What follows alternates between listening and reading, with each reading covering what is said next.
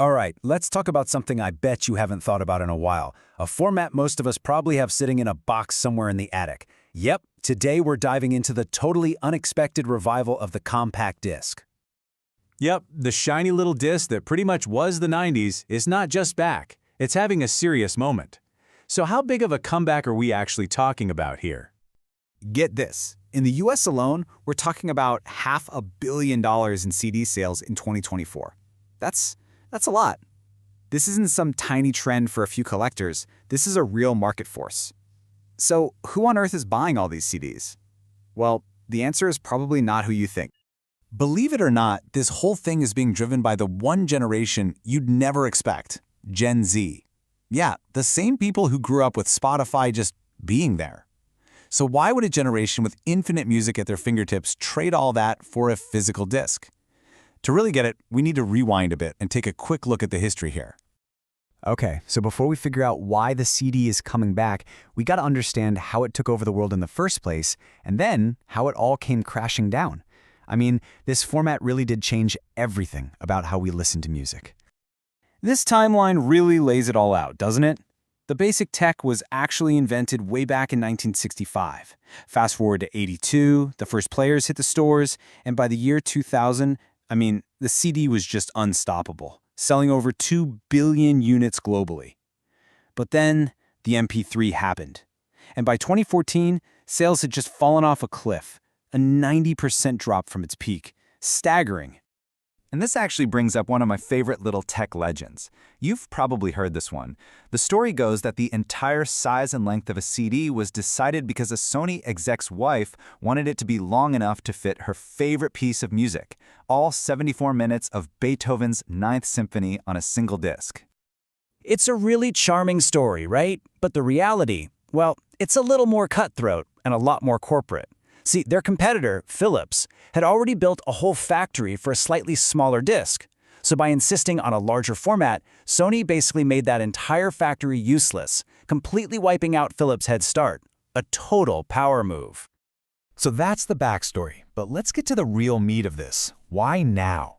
In an age where you can listen to anything, anytime, what's pulling people back to this old format? And maybe even more interesting, what's pushing them away from streaming? And this right here really gets to the heart of it. A CD, you own it. It's yours. It's on your shelf. With streaming, you're basically just renting access, and your favorite album could literally disappear tomorrow. Then there's sound quality. A CD gives you that pure, uncompressed audio, while streaming is almost always compressed. And this last one is huge. The song on your CD is a snapshot in time. It's fixed.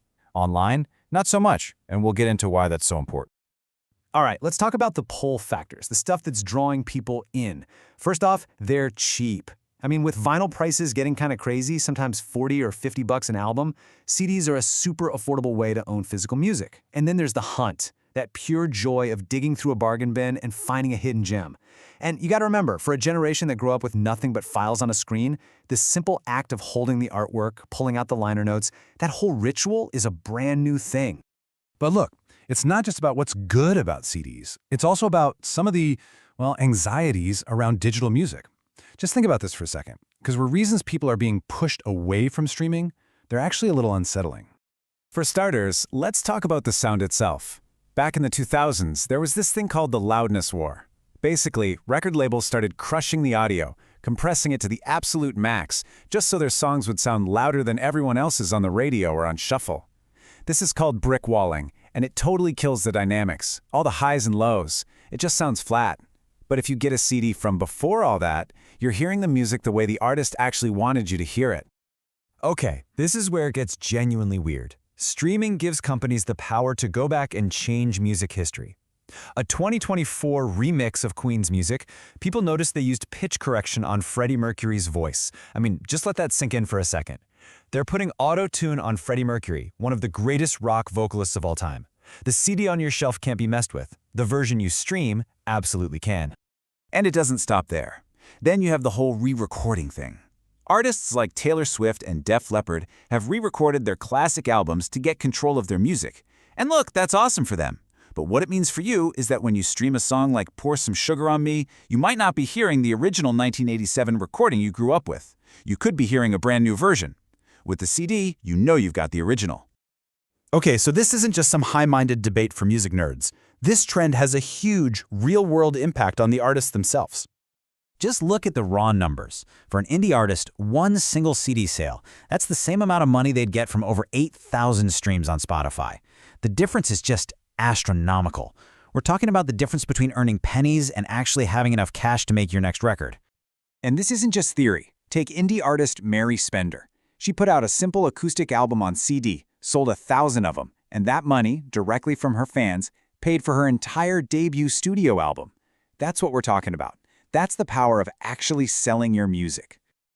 So let's zoom out now, from one artist to a whole country. If you want to see just how powerful the CD can be, you have to look at Japan. It's the second biggest music market on the planet, and here's the thing, the CD never really died there. Just look at these numbers from 2023. CDs made up a whopping 39% of all music revenue in Japan. That's almost as much as all streaming services combined. And a big reason for this is a special law they have that actually stops stores from putting CDs on sale, which keeps the whole market stable and makes sure artists and labels get paid. So, okay, we've seen the history, we've talked about the why, we've looked at the real-world impact. So what's the big takeaway here? Is this whole CD thing just a retro fad that'll burn out, or is it a sign of something bigger changing in how we think about music? You know, when you really boil it down, this isn't just about nostalgia for the 90s. It's more of a reaction against this digital world that can sometimes feel kind of empty and temporary. People are looking for something real, something that lasts. What this whole comeback is really telling us is that we're craving a real, physical connection to the art we love. We want to know our money is actually helping the artists we listen to.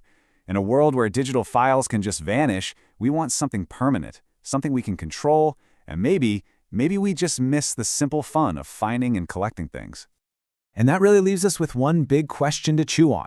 In a time where we have endless access to pretty much every song ever made, what's the real value of actually owning a piece of it?